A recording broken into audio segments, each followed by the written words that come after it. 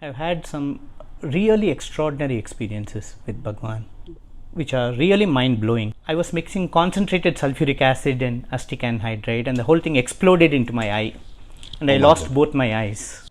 He's an associate professor of chemistry at Sai Baba's University. And incredibly, this is just one of 3 similar stories he has about Sai Baba's healing hand regarding the same problem, blindness. And next time? And so I continued with my work, and I was working with chromic acid, and I had connected a vacuum pump whose power I did not know because it had just come the previous day. So when I went close to it, the whole thing imploded and threw the acid into both my eyes again. No! and there was a third story about blindness Ravi learned from, thanks to Sai Baba. It fell in my eye and it started burning. As the drops were falling, I could feel that it was making holes in my shirt. It was that powerful that I would be very grateful to Bhagawan if till the last breath animates my body, I live for him, I do his service, and I want to live for this. During a few years later, I joined the Vrindavan campus as a lecturer in 1981, and after that Swami asked me to move to Prashanti Nilayam to do my research in chemistry. And while I was doing my research, one day in the afternoon, all the others had left for their lunch, and one of the students who was leaving asked me, "Are you coming for lunch?" I said, "You go ahead, I will just finish this experiment and come." And just when he was leaving, I was mixing concentrated sulfuric acid and acetic anhydride, and the whole thing exploded into my eye, and I lost both my eyes. Oh my goodness, I can see where this is starting to go. You lost both of the sight in both of your eyes? Yes. What an awful accident. And then he came, I screamed out for Swami, and this boy who had gone about 100 meters came back running. He sensed something was wrong in my voice, came back and he asked me what happened. I said, "Take me to the nearest tap, I have acid in my eyes." It was concentrated sulfuric acid. And so when we went to the tap, there was no water in the tap. Oh my goodness. Because there was a building coming up next to the chemistry lab, a library building, and they had shut off the water for some plumbing work, and everyone had gone for lunch. Okay, so we found one tap. In a chemistry lab you have a number of taps, so luckily there was one tap in which there was a little water. And so when we went to that tap, we found a little water and washed, and then we went to the general hospital. But unfortunately the eye doctor had gone back to her native place because she had some visa problem. So every time there's a disappointment at every turn. Yes. And so the nurse asked, "Why did you bring him here?" And there was nothing we could do. So she said, "Why don't you take him to Bangalore?" So this boy who brought me said, "Shall we go to Bangalore?" I said, "No, we'll go for darshan. Let me go to Swami." And as I was sitting there, as Bhagawan passed me, some elders told Swami what had happened, and he gave me 3 packets of vibhuti. He said, "Take this and you will be fine." And he said, "Start immediately." So after 3 days, when I had finished the last dose of vibhuti, it was in the night, I was sitting and brooding over this and in a very depressed mood, because I said all through my life I had wanted to do something for Swami. He had brought me up since I was very young, and he had been a mother to me, and I said I must in some way show my gratitude to him.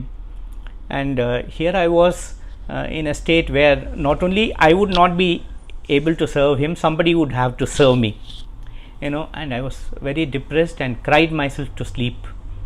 And the next morning there was this student who knocked on the door, and I said, "Please come in." He came in. I said, "Oh, you brought my coffee."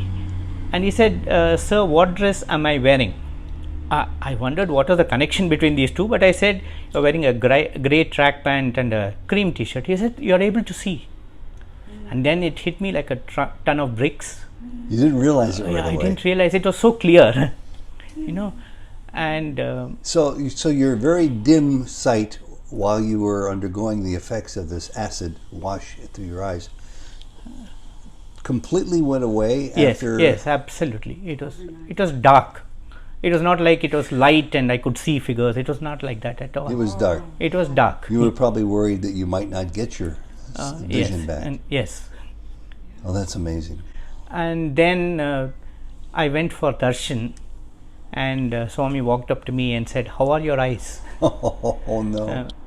And at such moments, your tongue does not speak. Yeah. The eyes do. Yeah, yeah.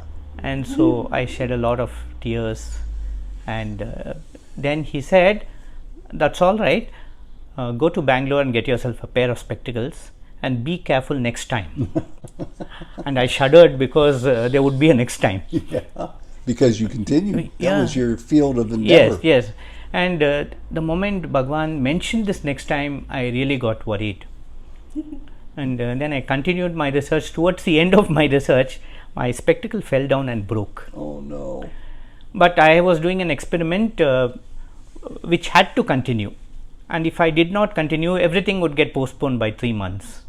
And the degree, receiving the degree from Bhagawan's hands would be postponed by a year. And so I didn't want that to happen, even though in my ears the voice rang, so clearly, "Be careful next time." But I said, "I'll be very careful." And so I continued with my work, and I was working with chromic acid. And I had connected a vacuum pump whose power I did not know because it had just come the previous day, a Japanese pump. And nothing happened. So when I went close to it, the whole thing imploded and threw the acid into both my eyes again. No. And yes, that was the reaction. Is that a more potent type of acid? Yes, it is concentrated sulfuric acid and potassium dichromate. And So it would be very dangerous. Very dangerous, and it would be something like 70 degrees, black and fumes. And even as it fell in my eye and it started burning, as the drops were falling, I could feel that it was making holes in my shirt. It was that powerful. But luckily water was there, and I washed for a lot of time, almost like 45 minutes. But every time we would stop, it would burn so much. And so we went to the hospital. The eye doctor was there, and she examined me. This boy who came with me, he was holding my hand, suddenly left my hand and went with her. And they had a discussion, and he came back. I asked him, "What did the doctor tell you?" He said, "The doctor said that everything is fine."